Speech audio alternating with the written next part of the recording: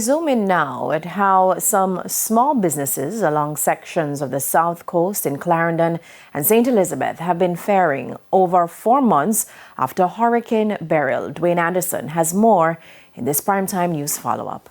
The sound of zinc falling and hammers pounding are common features in Farquhars Beach, Clarendon over the last 4 months.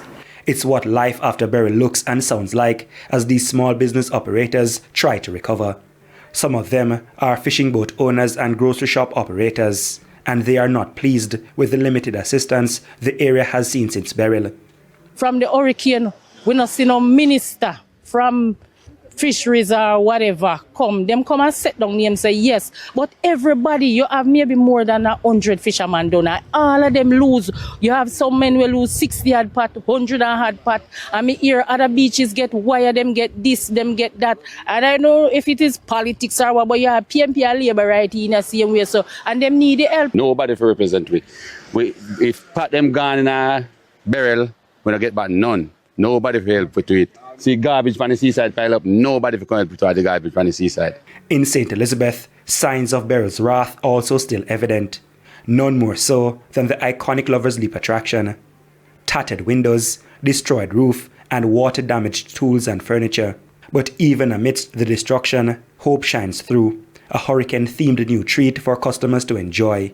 Our partners up at Lover's Leap and West Palm, they do a brilliant job. They are incredible promoters and stagers of events, and the Ghost concert was packed, and people now know that Lover's Leap is open with a new gazebo and some new offerings.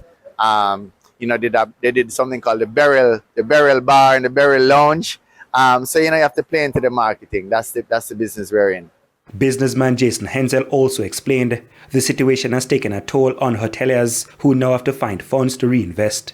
Hard to be when you're in the hospitality business and you get hit by a hurricane, because of course there's some guests who you have to refund, and then you're juggling the insurance with talking to your bankers and a line of credit to do your construction to come back. So there's no question that it tests you, it tests your metal, and there's a saying in life, you don't know how strong you are until being strong is your only option. And you have to dig deep. But he's also encouraging business operators who are in some state of readiness to restart their operations. It's important to get the word out that you're open, even though things may not be perfect. You cannot wait for them to be perfect to get the word out, because remember, people are planning ahead. So it's better to open. Right now, we still have one of our villas, Calabash Bay, that is not reopened. Our spa is going to be open in a few days, but don't wait until you're perfect, because we don't live in a perfect world. So open, get the word out, because people are planning ahead. And if you don't get them to book now, they may be booking Mexico or Costa Rica or somewhere else. Dwayne Anderson, TVJ News.